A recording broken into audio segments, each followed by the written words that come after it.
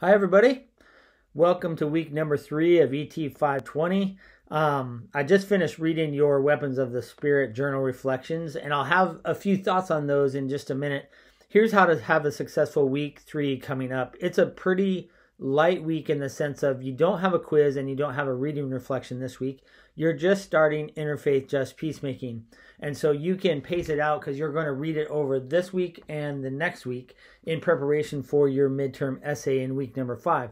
So, take the pacing that you want to take this week. If you need a little break and want to work a little harder next week, that's fine with me, or vice versa. You will work probably pretty hard in week number 5 when you're working on your midterm essay.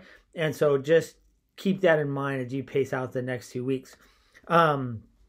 Here's how to have a successful week. So Interfaith Just Peacemaking, you're reading it. No discussion quiz and no discussion. That will come in week number 4.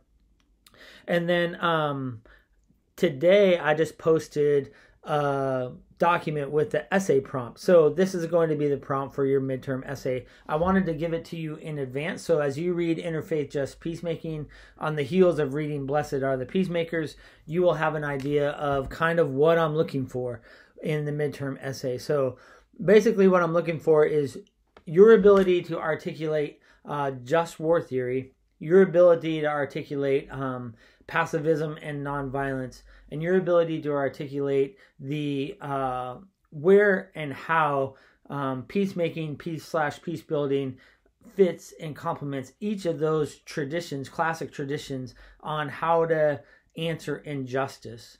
And then finally, the thing that I'm looking for is I want you to kind of compare and contrast a little bit Cahill's argument for peace building with the author's arguments in Interfaith Just Peacemaking on what peacemaking is, how they're going to go about it, etc. So that's the idea. I posted that document in week number 3's module, and you can take a look at there.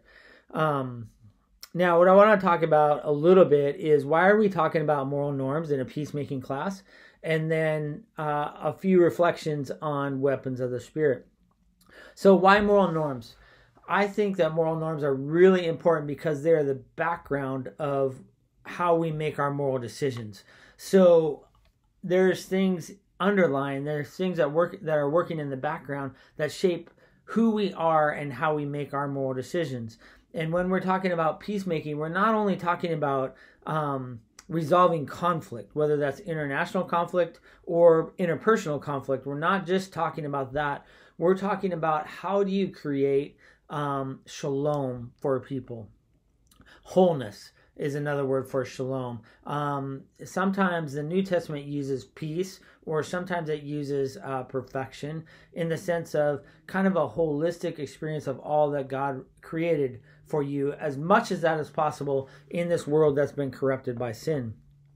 And so when we look at moral norms, when we look at particular immediate judgments, basic convictions, rules, principles, paradigms, and symbols, what we want to see when we're having conversations and when we look at conflict is what's underlying the conflict. Is it just we have different rules about how we are going to go about these things? Or is it something more fundamental, like a basic conviction about human nature? You see this a lot in parenting styles, right?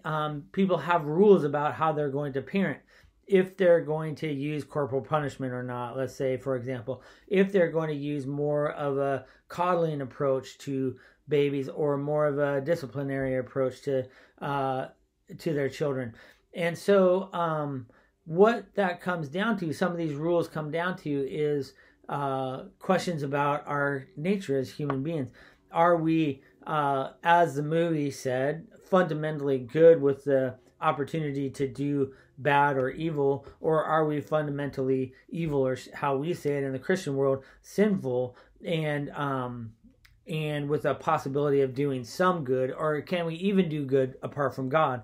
And those are very theological and theoretical questions, but they affect the rules and the principles that we're going to apply in our moral judgments.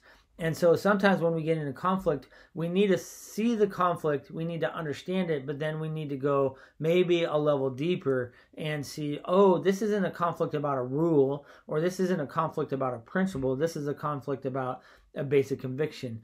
How do we understand God, or how do we understand human nature? How do we understand the presence of evil and suffering in the world, or the goodness and the beauty in the world, and how are those two things in the world together? So the idea behind doing and talking about moral norms is to give us kind of the architecture for the background framework that everybody operates from, but is often unstated when these conflicts come along.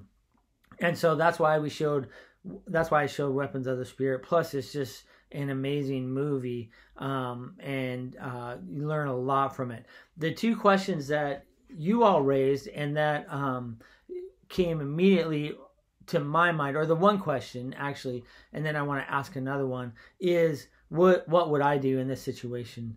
And that's an important question to ask. The follow-up question is, if we identify the moral norm that's most often stated, which is true in the film, that of a particular immediate judgment. A particular immediate judgment is just a snap judgment without a lot of reflection on what is right and what is wrong. Usually a particular immediate judgment is formed by our family, our culture, maybe a mentor or a model that we look to as an exemplary in their morality. And so we learn from them, and it's kind of a passive learning. Sometimes it's not necessarily active, but we're learning from them, and it's shaping us in such a way that we make decisions. And so the question that we want to ask in our communities of faith is, how do we create a kind of culture of moral formation in such a way that these particular immediate judgments happen well and happen to reflect a Christian ethic, if that makes sense. And a Christian ethic that, like the film, like the people in the film, stands the test of history and stands the test of reflection over time. And so how do we do that? How do we create that environment for our churches, our communities of faith that that shape people and help form them morally? So that's why we talk about moral norms. That's why we watch this film, which is an incredible film about Christians doing the right thing, or people doing the right thing. The majority of them Christians, in rescuing Jews. You all notice, as I read your reflections on the film, that the prominent moral norm that stood out is a particular immediate judgment. They said things like, "That's a silly question. Why do you ask that? Of course we would do that." And that's, again, you identified it correctly, a particular immediate judgment. There were some basic convictions in there, and the most prominent one was at the end, where the woman asks, what do we believe about human nature? Are human beings fundamentally good with the possibility of doing evil, or is it vice versa? So you see rules in there, especially as they apply the great commandment, right? To love God and to love your neighbor as yourself. You see principles in there, especially from the two religious leaders, or the two pastors, that the villagers refer to in their pacifist principles, their nonviolent principles. And we'll talk about what it means to be a minority of two in just one second. So you have rule and principles as well. You have paradigms. Those paradigms are stories that are told over and over and over again, and especially the paradigm of their history, the Huguenot history that happened a couple hundred years before then, but of course is a part of their story and shapes them in a certain kind of way.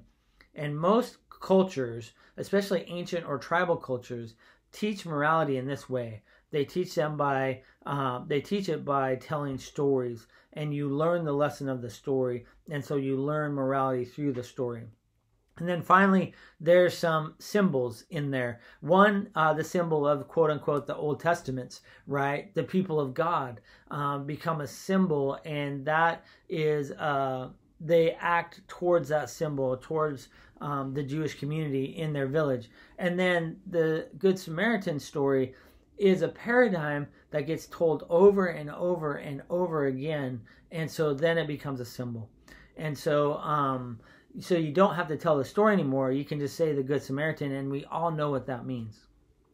So, like I said, we asked the question at the end of the film, what would I do here? And then the second question in application is how do we form our community morally in such a way that we would act in this kind, like the example in the film.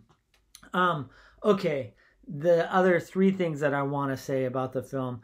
The first thing is, I love the quote, the conspiracy of goodness. If you read 1 Peter chapter 2 and chapter 3, this is what Peter is saying, is when you feel suffering, when you feel persecution, when you feel pushed out to the margins as a person of faith who follows Christ, don't get defensive about that.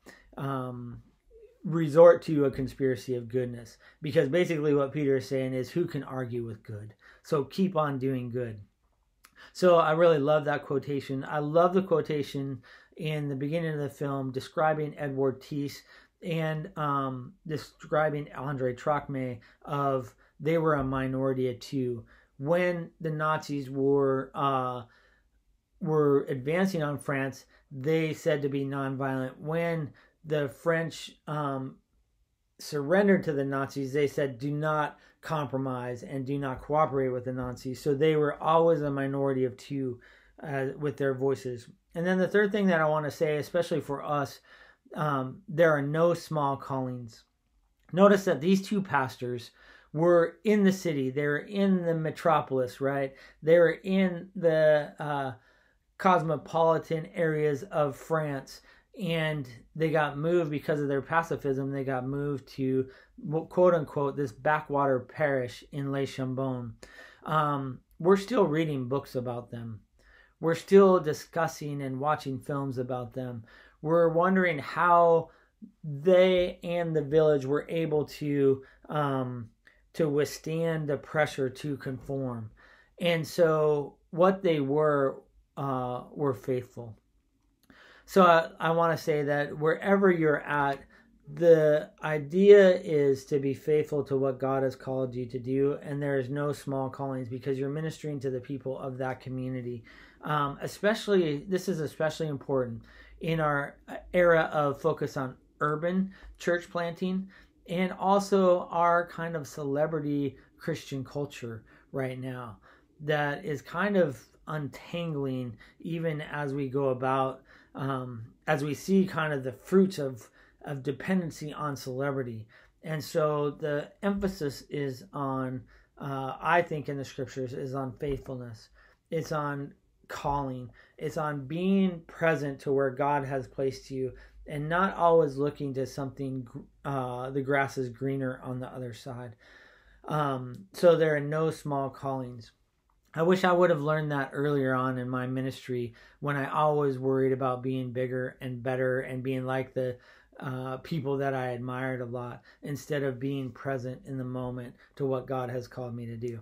Okay, so that's what I wanted to say for this week. I hope you have a great week. Pace yourself, either recover or do a little work in advance if that's what you like to do so that you are ready to go, especially during week 5 when you're writing your midterm essay.